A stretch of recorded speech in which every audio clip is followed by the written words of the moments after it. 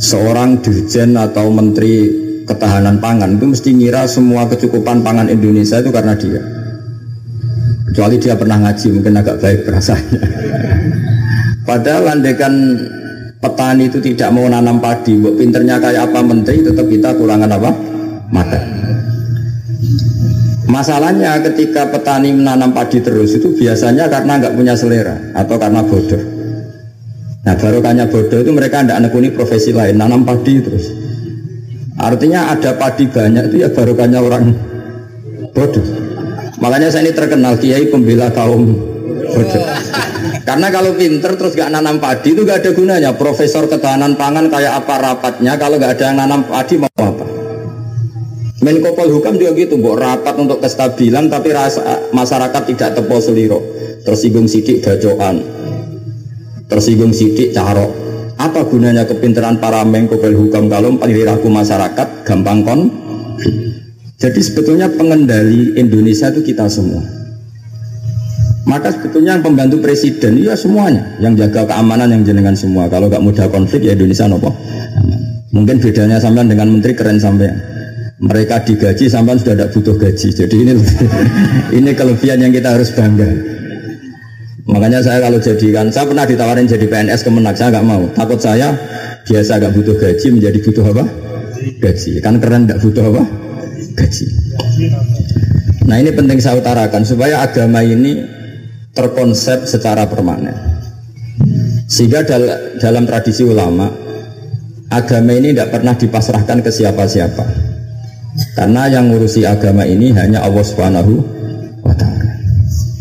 Pernah dalam satu dialek, Umar adalah orang yang sangat sukses dalam memimpin Islam. Sampai menaklukkan zaman itu sudah sampai Eropa Timur, sampai Asyirkul Aqsa. Sehingga kayak apa kerinduan orang sama Sayyidina Umar radhiyallahu anhu. Singkat cerita mereka tidak kebayang kalau setelah Umar itu ada pemimpin yang sekali berumar. Sehingga Umar dipaksa dengan tanda kutip dipresur supaya bikin pengganti suksesi. Setiap Ibnu Umar anaknya jalan-jalan kemana-mana, itu mesti masyarakat bilang gini, Mbok yo abah kamu itu bilang ada suksesi supaya pemimpin ini jelas tahapannya. Terus mereka bikin analogi itu kias. Kalau ada kambing 100, penggembalanya tinggal gelanggang, itu dianggap dolim, tidak ya dolim, pasti kocar kacir. Apalagi ini penggembala manusia. Kalau suatu saat Umar meninggal, itu pasti kacau. Umar sempat tertarik sama pikiran itu, sehingga beliau ingin menunjuk seorang khalifah pengganti. Lama-lama beliau bangun terus bilang gini, tidak jadi kan. Agama ini yang punya Allah, jadi nggak boleh dipikir oleh Umar. Agama ini pernah ditinggalkan orang yang lebih baik ketimbang saya, yaitu Abu Bakar, tetap jalan. Dan agama ini pernah ditinggalkan oleh Rasulullah SAW, orang terbaik di dunia, dan tetap jalan. Karena yang ngurusi Allah. Makanya sekarang nggak ada wali songo itu. Mungkin zaman wali songo Panjunan tidak seperti ini. Tapi sekarang dipimpin Ustadz TPG, Islamnya lebih maju ketimbang zaman dipimpin wali songo. Bukan karena ustadznya yang lebih hebat dibanding wali songo, memang agama ini diurusi oleh Allah Subhanahu wa ta'ala. Ustadznya kasus ya agama jalan. Itu banyak cerita-cerita di TV ustadz apa? Kasus, agamanya juga jalan. Ada kiai ditangkap KPK, agama juga jalan. Karena agama ini gak bergantung seorang kiai, juga gak bergantung kemenak. Agama ini yang mendesain, yang menjaga hanya Allah Subhanahu wa ta'ala. Cerita paling modern itu Uni Soviet. Uni Soviet itu negara komunis. Ratusan tahun orang Islam dikooptasi di Uni Soviet. Tapi mereka Islamnya luar biasa, menyembunyikan Islamnya. Belajar tauhid di basemen, di tempat-tempat sembunyi. Ketika Uni Soviet hancur lewat glasnost perestroika itu, langsung jadi negara Islam. Ada Uzbekistan, Tajikistan, Ceknya, itu semuanya jadi negara Islam. Artinya gini, agama ini pernah jaya bahkan saat dikooptasi Uni Soviet. Indonesia juga pernah jaya padahal dijajah Belanda 350 tahun. Justru menjadi masalah kalau kita ini terlalu bergantung negara. Kiai gelem mulang nak untuk bos, santri gelem mondok mergo kepalanya dicatat di. negara sehingga dapat fasilitas. Oke, negara baik kita akui. Tapi itu nggak bagus bagi kita kalau terlalu bergantung. Karena biasanya kita berkontribusi kepada agama, sekarang mendapat dari negara untuk ngurus agama. Masalahnya bukan di ngurusnya, ketergantungan ini yang menjadi Islam nanti bahaya ketika ada masalah. Nggak biasa imun ya, nggak biasa kebal. Sehingga pikiran-pikiran para ulama dulu, cara berpikir itu agama ini harus dijaga karena kita yakin Allah yang menjaga. Kenapa saya cerita demikian? Karena Islam di Indonesia sekarang itu luar biasa. Katanya malah Islam terbaik di dunia sekarang. Kenapa kok terbaik di dunia? Kenapa Islam Indonesia punya gelar terbaik di dunia? Di mana-mana, di Mesir, di Syria, di Irak itu konflik. Dan kalau konflik sampai saling bunuh. Kita tahu urutan dosa besar, satu adalah musyrik, nomor dua adalah orang mukmin saling bunuh. Nah Indonesia boten, gedeng tanggane mau ngerasani tok, tinggu kegiatan itu. Ya hanya gitu-gitu tok. Yang bisa nyantet ya tidak nyantet. Jadi biasa saja. Nanti kalau bodoh ya kosong-kosong lagi, nanti tukaran lagi ya gitu. Makanya kata Mbah Mun, kamu harus bangga jadi orang Indonesia karena kita tidak mengalami dosa terbesar. Setelah syirik itu dosa terbesar adalah saling bunuh. Dan Indonesia itu tepol siloronya luar biasa. Sekarang pertanyaannya, tradisi tepol siloro itu ditanamkan nenek moyang kita apa ngikuti konsep yang dibikin negara? Nenek moyang kita. Sebelum ada menteri pertahanan, menteri yang ngurus sistem keamanan, itu yang menjaga stabilitas kita adalah kearifan kita. Lalu sekarang kearifan kita mau kita bagikan, mau kita berikan. Wah negara aman kalau menterinya ini, agama benar kalau menterinya ini. Mana pernah kita bergantung sama negara zaman dulu. Meskipun kita menghormati negara, sangat-sangat menghormati. Tapi jangan sampai kelangsungan kita hidup ini bergantung sama orang lain. Kata Rasulullah SAW, kullukum ra'in wa kullukum mas'ulun an ra'yati. Semua kalian adalah pemimpin. Semua pembantu presiden, semua pembantu negara, semua pembantu kelangsungan kestabilan masyarakat Indonesia. Orang yang tidak suka konflik berarti membantu menteri pertahanan. Meskipun dulu kamu milih 01, dapatnya 02. Itu barokahnya Indonesia. Milih 1 dapat 2. Betul, saya itu punya doanya Mbah Mun. Sebelum wafat beliau itu nyatet doa. Itu diantara doanya itu Allahumma alqi bainahuma ulfatan wa mawaddatan. Ya Allah, jadikan dua tokoh ini yaitu Jokowi dan Prabowo, Pak Jokowi dan Pak Prabowo ulfatan, saling asih dan saling mencintai. Dulu ketika masih panas itu saya baca doa itu agak ini bener gak? Saya Jumat sebelum Yai Haji itu masih ketemu Jumat. Beliau cerita kalau mau ketemu Megawati, terus ketemu Bu Mega di Sabtu. Ahad beliau terbang ke Mekah, terus Selasanya wafat. Selasa keberapa itu hanya hari Selasa. Itu diantara doa yang dititipkan sama anak dalam itu, doa itu. Yang baca juga agak-agak ini yang bener aja doa ini. Terus uniknya doa itu ditutup min abdikal fakir memun zubair. Ya Allah, jangan lihatlah saya, kata Bangun di doa itu, lihatlah saya yang berdoa. Barang kemarin setelah pelantikan menteri ternyata seperti itu saya tambah kagum bahwa kita punya guru seorang wali, jadi doain sesuatu yang mukal saja kesampaian.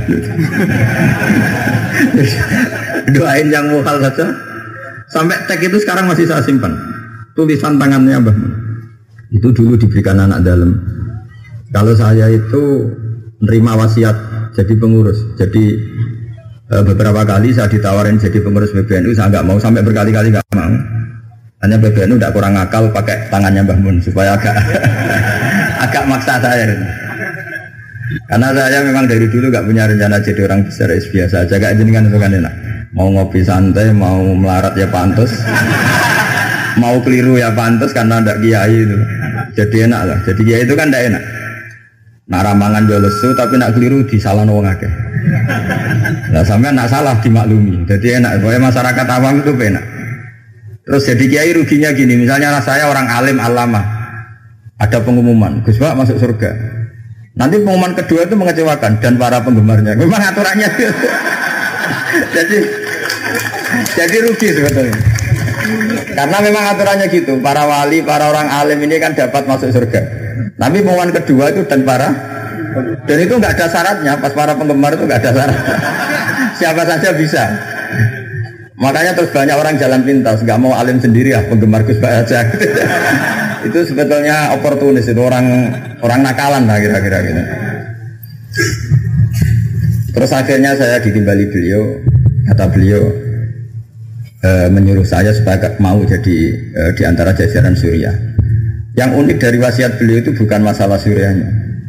Kata beliau, Indonesia itu harus kamu jaga. Bila perlu nanti di lembaga dakwah NU itu melibatkan orang macam-macam dari partai macam-macam, termasuk partai PDI. Terus ketika tak tanya kenapa ya, sing iso jogo Indonesia itu nasionalis dan religius. Dan yang menjaga ini penting kata beliau.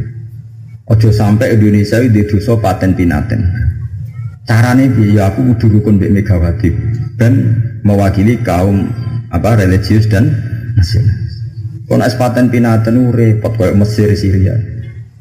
Jadi fikihnya Mbah Mun itu jangan dilihat misalnya seorang kiai ketemu Mega enggak. Lihatlah ini satu ikhtiar supaya Indonesia itu damai. Kenapa? Indonesia.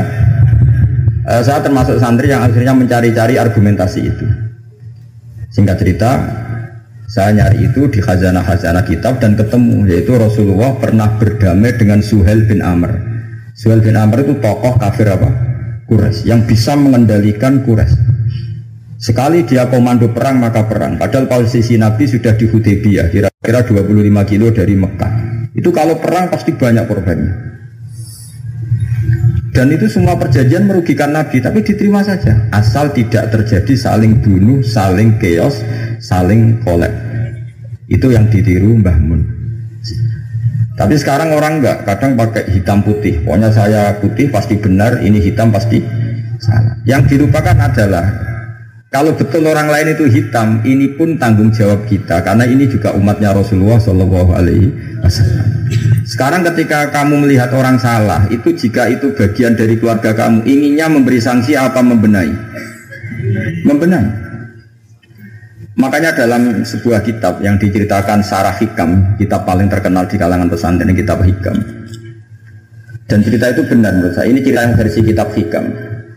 Nabi Ibrahim diterbangkan ke alam malakut, terus melihat para pezina. Allah tanya, menurut kamu diapakan? Bunuh saja ya Allah. Mereka makan rezeki engkau tapi tidak mengindahkan aturan kau. Mereka pezina. Sama Allah diturutin. Terus dilihat lagi para pemabuk. Menurut kamu gimana? Bunuh saja. Mereka itu hamba engkau, makan dari rezeki engkau tapi tidak mengindahkan perintah engkau. Sampai sekian bentuk maksiat, Ibrahim usulnya bunuh saja, habisi saja. Lama-lama suatu saat, ini cerita yang di Sarah Hikam, Ibrahim disuruh nyembelih Ismail. Yang terkenal dalam riwayat memang yang disembelih itu siapa? Ismail. Meskipun ada perdebatan ulama apa Ismail apa Ishak, tapi kita milih yang Ismail saja. Umumnya orang meyakini itu siapa?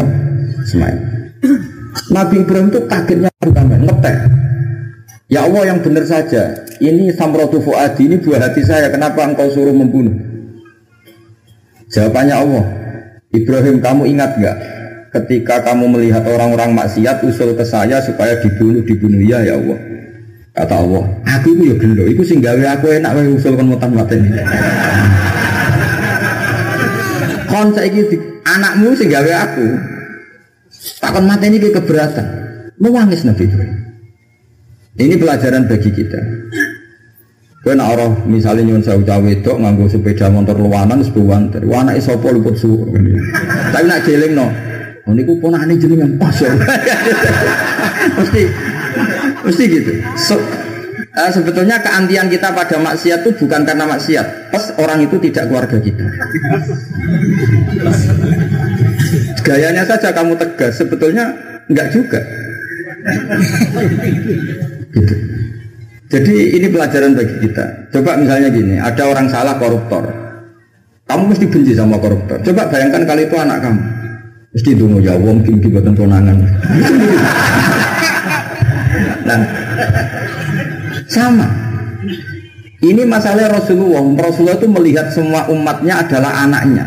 Sing lagi abangan, sing lagi setengah abangan, sing hitam, semuanya adalah Maka kalau ini semua umatnya melihat orang abangan, ya pikirannya itu memandu mereka tobat, bukan malah dianggap kafir.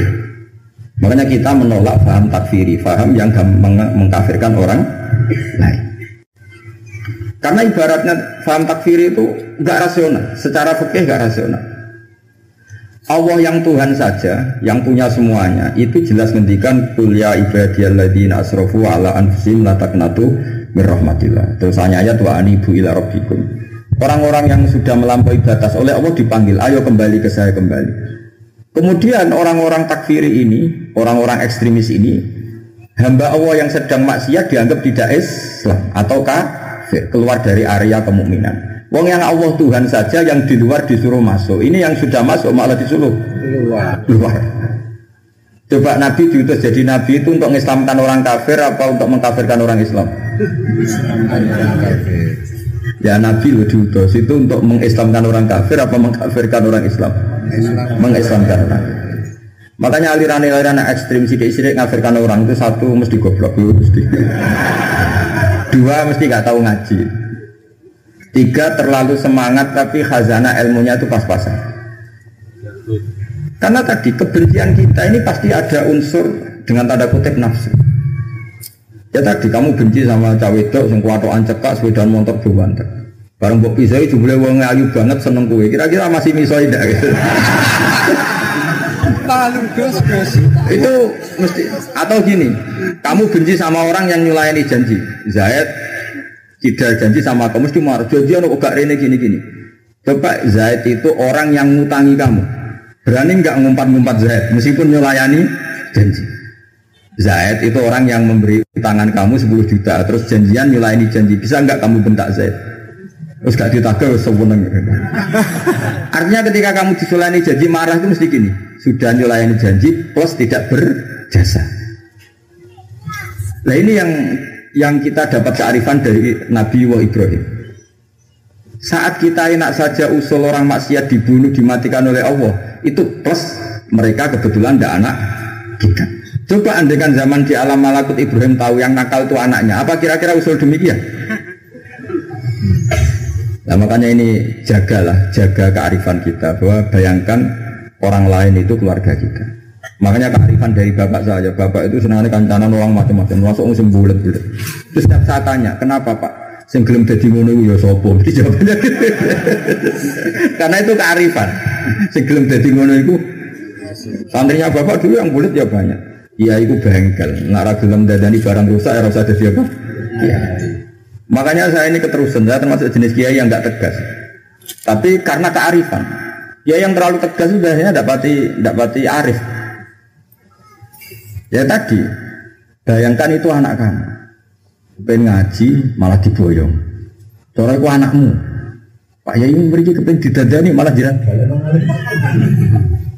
Jadi ini pelajaran bagi kita. Jadi coba khazanah itu jangan sampai hilang.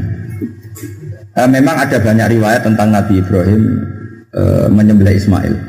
Sebagian kitab meriwayatkan bahwa Ibrahim itu saking senangnya sama Allah. Ditanya Ibrahim, andaikan kamu punya sapi sekian, kamu korbankan untuk saya enggak? Iya ya Allah, untuk taqarrub ilaika. Kurban itu maknanya satu prosesi ibadah untuk mendekatkan diri kepada Allah. Mana ada terima sapi unta, nak jenengan nyuwun anak kula mawon tak korban. Terus dites tenan disuruh nyembelih apa? Ismail. Tapi saya lebih cocok sama riwayat yang diterangkan di sarah kitab Hikam tadi. Jadi beliau mengalami kasaf, diangkat kasaf itu satu kemampuan untuk melihat alam gaib. Kemudian dipertontonkan Allah alam malakut. Terus Ibrahim main usul supaya orang-orang itu dihabisi. Suatu saat itu tadi diingatkan Allah, coba anak kamu sembelih. Lu gimana ya Allah, ini samratu fuadi buat saya. Terus kata Allah, ketika kamu usul langsung tak turuti, kok saya usul kamu pikir-pikir katanya. Tapi ini anak saya, memang yang saya bunuh itu hamba siapa, itu juga hamba saya kata Allah. Nah semenjak itu Ibrahim jadi halim.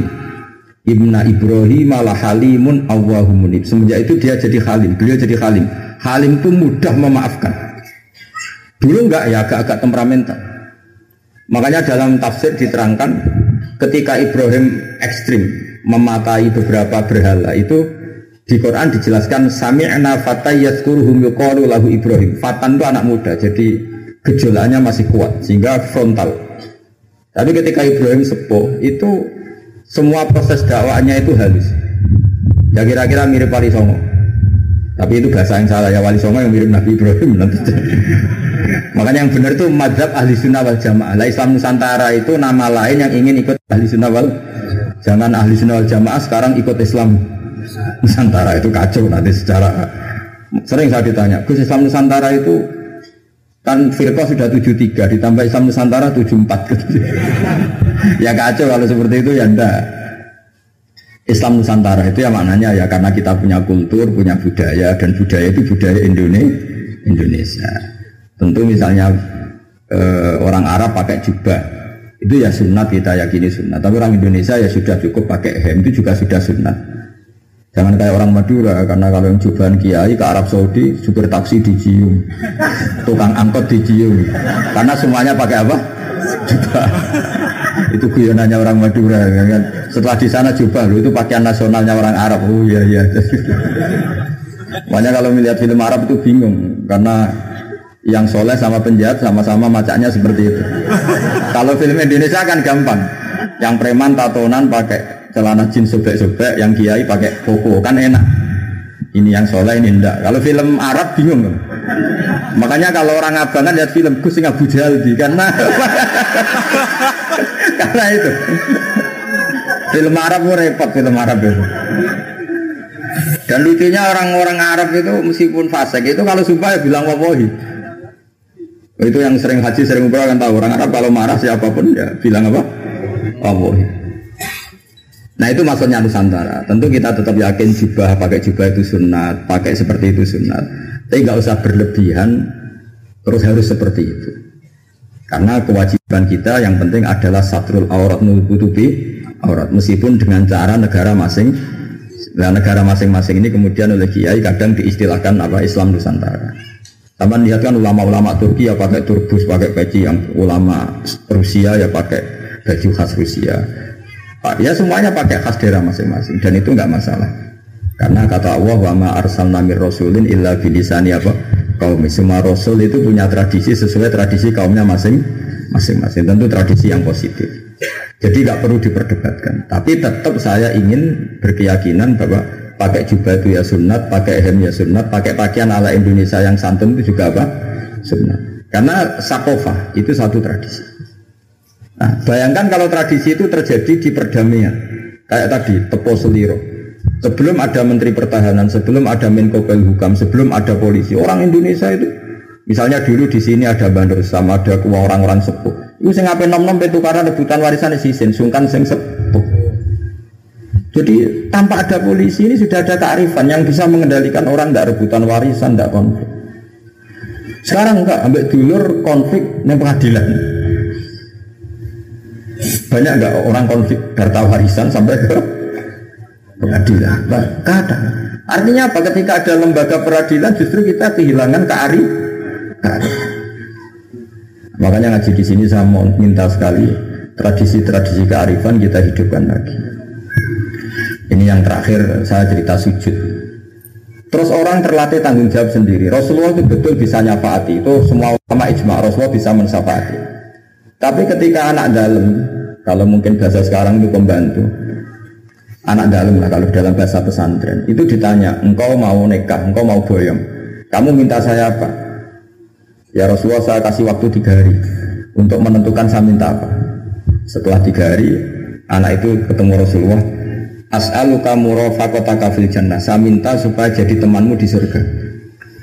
Nabi tanyanya unik, kamu diwarai orang apa karena kamu sendiri? Jadi kalau orang pintar dadakan itu bikin orang curiga. Kamu pintar sendiri apa diwarai orang? Enggak ya Rasulullah. Setelah saya angen-angen semua dunia ini zailah, bakal hilang. Kemewahan dunia, kenikmatan dunia pasti hilang. Yang enggak hilang adalah kenikmatan di akhir. Maka saya minta satu saja. As'aluka murafaqataka fil jannah. Saya minta menjadi teman kau di surga. Apa jawabannya Nabi? Itu saja, tidak yang lain? Iya ya Rasulullah. Jawabannya Nabi itu nih, fa'inni ala nafsika bikasratis sujud. Saya masih ingat teksnya. Fa'inni ala nafsika bikasratis sujud. Saya minta tolong, bantulah saya. Kamu harus memperbanyak sujud. Jadi makanya semua kiai, semua habaib, semua orang alim, siapapun yang ingin mendapat syafaat Rasulullah SAW, tentu onok modalnya. Mungkin yang kaya ya sedekah, yang miskin sabar, yang ya pokoknya ada amalnya. Nggak boleh gratisan. Nang dunia oleh gratis, swarga gratis. Jadi Nabi jelas menjawab, fa'inni ala nafsika bikasratis sujud. Maka bantulah saya, kamu sendiri harus memperbanyak sujud. Kemudian ahli fikih itu mengkaji sujud itu apa. Menurut cara yang disepakati ulama, yang mesti benernya adalah diletakkan al-yaden, 2 tangan berarti berapa? 3, ar-rubaten 5, al-qadamen 7. Makanya ini yang disepakati ulama. Tapi banyak juga ulama yang mengesahkan sujud cukup pakai jabah. Jadi kalau ada orang bisa sujud agak ngongkrong, yang penting badu'e itu memplek, itu ada juga ulama yang bilang yang penting jangan dilakukan imam musola, nanti dianggap ya masa imam musola kok sujudnya seperti itu. Jadi prosedurnya seperti itu. Jadi tetap Nabi itu inginnya umat ini memberi kontribusi. Jadi Nabi tidak langsung bilang iya saya syafaatin, enggak, tapi Nabi ngendikan fa inni ala nafsika bikasratis sujud. Maka bantulah saya dengan memperbanyak sujud. Ya, ngoten mawon. Assalamualaikum warahmatullahi wabarakatuh.